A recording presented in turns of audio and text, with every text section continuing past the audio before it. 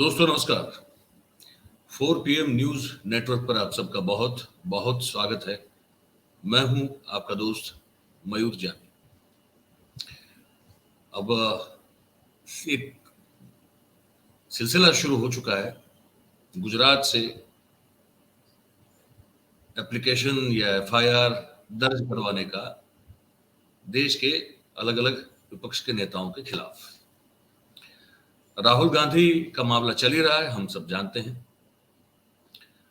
अब जो है कल मतलब कि 26 तारीख को ये हो गया कि तेजस्वी यादव जो बिहार के अभी डेप्यूटी CM है और राष्ट्रीय जनता पार्टी राजपा के वो अभी सबसे बड़े नेता है, क्योंकि लालू जी की जगह पे वो काम कर रहे हैं, धुरा संभाली हुई है पार्टी की।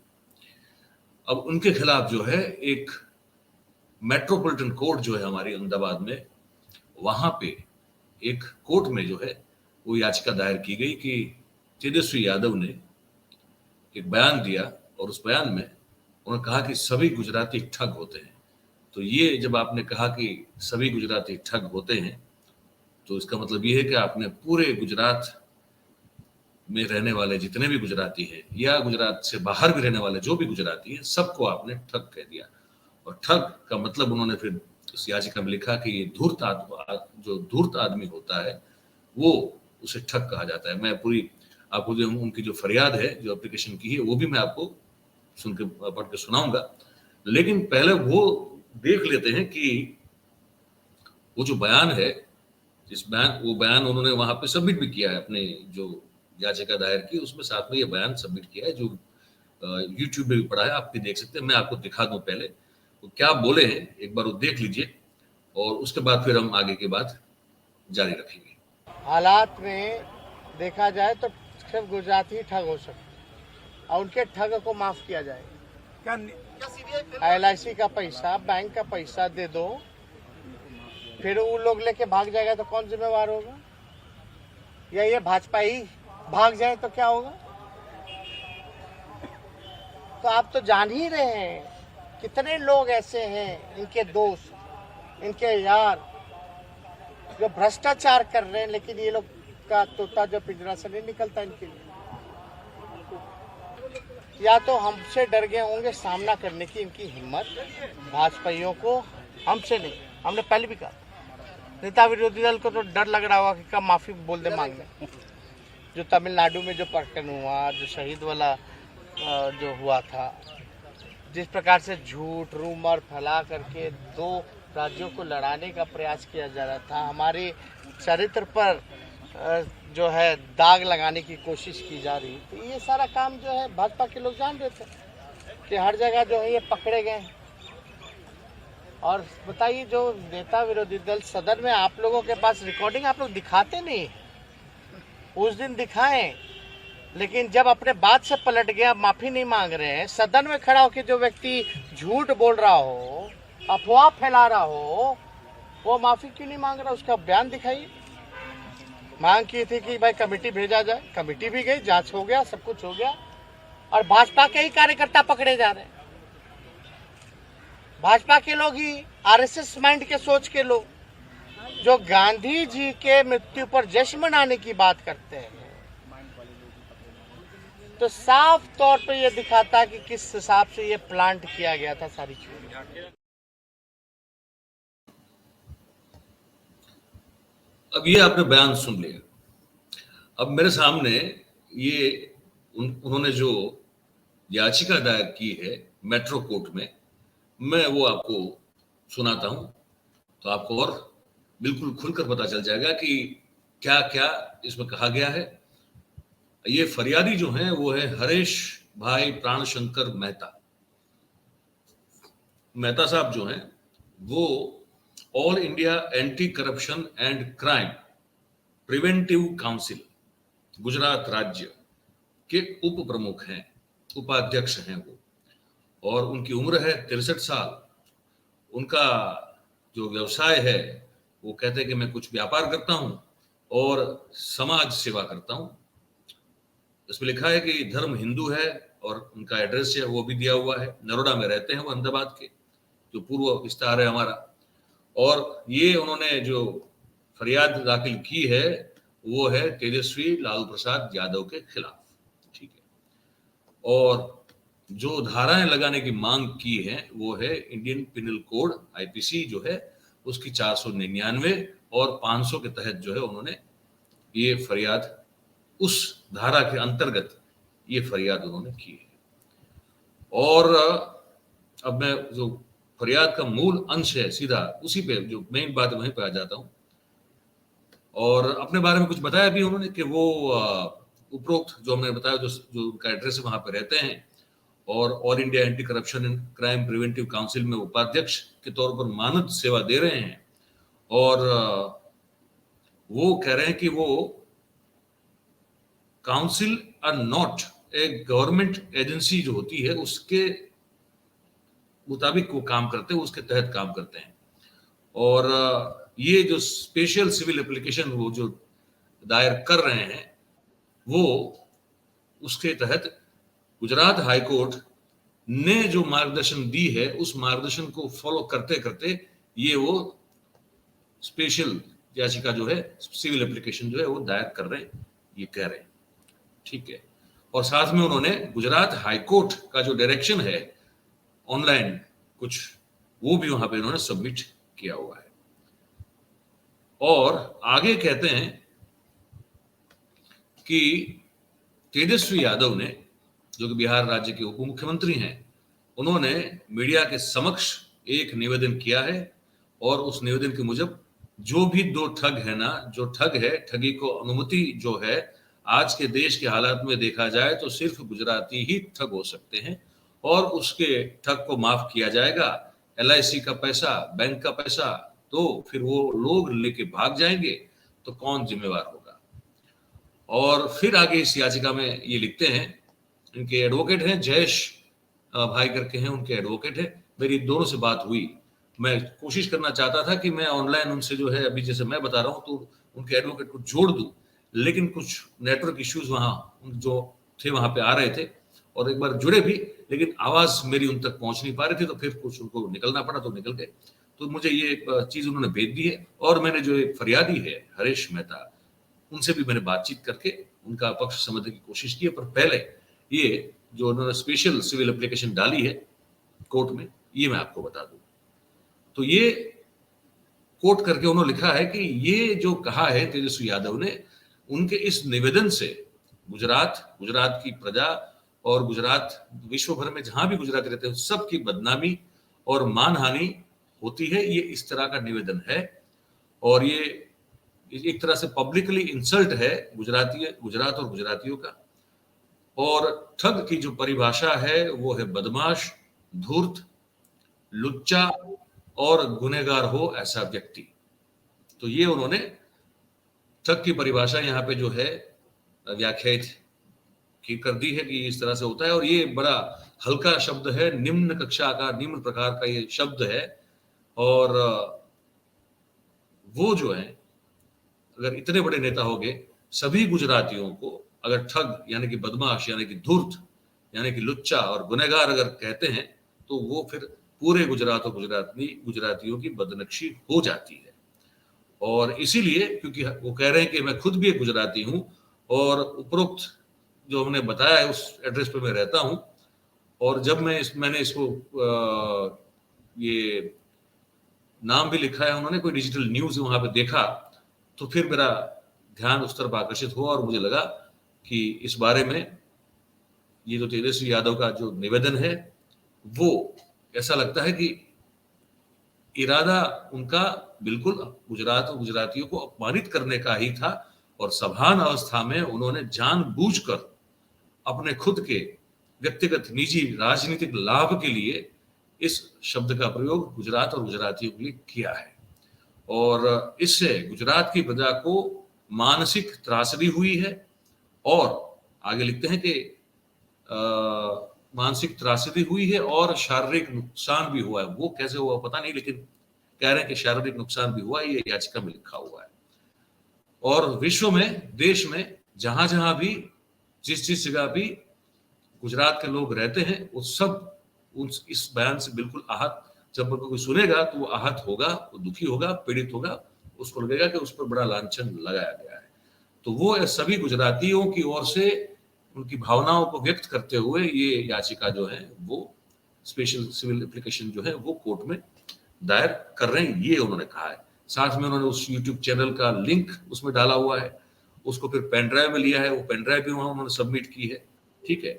और ट्रांसक्रिप्ट भी जो है इनकी स्पीच का वो उन्होंने वहां सबमिट किया हुआ है। और आगे वो लिखते हैं कि अगर ये बयान को चैलेंज न किया गया और ये बयान जो है तो फिर गुजराती के प्रति जो है देश और दुनिया में लोगों के मन में एक ऐसा परसेप्शन खड़ा कर देगा कि सभी गुजराती बदमाश होते हैं, धूर्त होते हैं, गुनहगार होते हैं, और उसी दृष्टिकोण से उनको फिर देखा जाएगा। तो ये अगर हम लोग कहीं बाहर भी जाते हैं या जाएं अगर इसके बाद, और इस बयान के चलते अगर परसेप्शन ऐसा खड़ा हो जाए और लोग जो है हमको शंका की नजरों से देखे, तो फिर ये तो ठीक नहीं होगा, ऐसा इनका इस याचिका में कहना है सिविल एप्लीकेशन में। और फिर उन्होंने जो है अर्ज की है कोर्ट से कि इनके खिलाफ आईपीसी की धारा 499 और 500 के तहत इनके खिलाफ एफआईआर जो है वो रजिस्टर की जाए और तेजस्वी यादव के को कोर्ट में पेश होने के लिए समन किया जाए। उनका वारंट भी इश्यू करने की मांग इस याचिका में उन्होंने कर दी है। और इस धारा के तहत जो दो धारा बताई 499 और 500, उसके तहत उनके ऊपर कानूनी कार्रवाई और जो लीगल एक्शन है वो बिल्कुल लिया जाना चाहिए, ये इनकी मांग है। और साथ में कह रहे हैं कि उसके बाद फिर सख्त से सख्त सजा होनी चाहिए, और जो सख्त से सख्त और जो मैक्सिमम पेनल्टी होती है वो भी तेजस्वी यादव को भरना पड़े। इस तरह का आप कार्यवाही के बाद वो चाहते हैं कि ऐसा कुछ हो कि उनको मैक्सिमम पेनल्टी भी मिले और सख्त से सख्त सजा भी मिले। तो ये तो हो गई उनकी याचिका, ठीक है। अब मैंने उनसे बात की अभी कुछ समय पहले, तो मैंने कहा कि आप ही ने क्यों, और मैंने कहा कि वो कह रहे हैं कि 2 या 3 की बात कर रहे थे, सभी का मतलब कहना तो ये नहीं होता, एक्चुअली मतलब नहीं होता ना, क्योंकि मैंने कहा भाई देखो बिहार के भी यहाँ तो हजारों लाखों की तादाद में लोग यहाँ पे जो श्रमिक हैं हमारे, वो आके काम करते हैं। सूरत में आइए, आप अहमदाबाद में देखिए, आप जामनगर में देखिए, आप राजकोट में देखिए, भावनगर में भी फॉर दैट मैटर, बड़ौदा में भी, भरूच अंकलेश्वर में भी। मैंने कहा कितनी तादाद में बिहार से हमारे भाई बहन जो है वो रहते हैं यहाँ पे, और वो बड़े बिहार के जिम्मेदार नेता, अब डेप्यूटी सीएम है तो बिल्कुल उनको होना ही चाहिए। तो मैंने कहा मैं आप किस एंगल से इसको कह रहे हैं कि उन्होंने सभी गुजरातियों को ठग कह दिया? बोले नहीं कह दिया है। ये मैंने कहा हो सकता है स्लिप ऑफ टंग हो। बोले नहीं तो फिर तो इतने बड़े नेता ऐसे कैसे हो सकता है? मैंने कहा भाई बड़े बड़े नेता बहुत सारी ऐसी बातें करते हैं, हर कोई जो है इस पर केस करने लग जाएगा तो क्या होगा? बोले नहीं। मैंने कहा मैं कोशिश की जानने की भाई आप किसी राजनीतिक पार्टी से जुड़े हो या आपके इस तरह के केस दर्ज करवाने के पीछे क्या कोई ऐसी मंशा है कि आप भी लाइमलाइट में आ जाएं, या फिर आपको किसी ने कान में फूंक मारी हो कि भैया आप ये कर दो। आप किसी का हत्था तो नहीं मतलब बन रहे हैं कि आप कंधे पे आप कंधा आपका और बंदूक किसी और की हो, ये तो नहीं हो रहा है। पर ये सब जानने की कोशिश की, पर वो खुद जो है वो इंटरव्यू में बैठना नहीं चाहते थे ऑनलाइन। उनका एडवोकेट है जयेश भाई, हमारे उनसे मुलाकात हुई, ऑनलाइन जुड़े भी हो, लेकिन फिर कुछ उनका कहना था कि आवाज मेरी उन तक पहुंच नहीं रही है, और कुछ टेक्निकल इशू हुआ और उसके बाद जो है कनेक्शन कट गया, और फिर वापस जब कॉल किया तो वहां से निकल चुके थे। तो ये मैं ये बात समझना चाहता था कि भाई कोई पॉलिटिकल मोटिवेशन है, किसी के कहने पर कर रहे हैं, या सचमुच में बहुत आहत हो गए हैं, पर वो उस तरह की बातचीत आगे हो नहीं पाई। तो हमने कहा भाई ठीक है, बाद में हम बात करेंगे आपसे वापस। तो ये जो बहार खिली हुई है राजनीतिक नेताओं के खिलाफ एफआईआर करने की, ये आगे बढ़ती जा रही है, और गुजरात से ही ये ज्यादा हो रहा है। देखिए, एक तो राहुल गांधी हो गए, दूसरे अरविंद केजरीवाल हो गए, वो और संजय सिंह दोनों गुजरात यूनिवर्सिटी वाले मामले में जो उन्होंने डिग्री मांगी थी, उसके बाद फिर जो हुआ सिलसिला आप सब जानते हैं, और उसके बाद अब तेजस्वी यादव है। अब हम ये सोच रहे हैं कि और किसकी बारी आ सकती है और किसका नंबर आ सकता है इस पूरे मामले में। हमको कहीं ना कहीं ये लग रहा है, देखिए एक चीज है कि तेजस्वी यादव को या कोई किसी भी नेता को किसी प्रदेश, जाति विशेष, किसी के भी खिलाफ ऐसा बिल्कुल नहीं बोलना चाहिए, ये बात मैं बिल्कुल मानता हूं। अब आप ये कहें, कुछ लोग हैं गुजरात से, अगर आपको कहना है तो ये कह सकते हैं उनको चिन्हित करके कि आप जो है ये लोग जो हैं जो गुजराती हैं, पर ये लोग जो हैं वो ठग हैं, अगर आपको कहना है तो। आप सभी गुजराती को अगर इस व्याख्या में फिट करने की कोशिश करेंगे तो फिर वो बात ठीक नहीं है। ये भी मुझे लगता है कि ये बात सही है।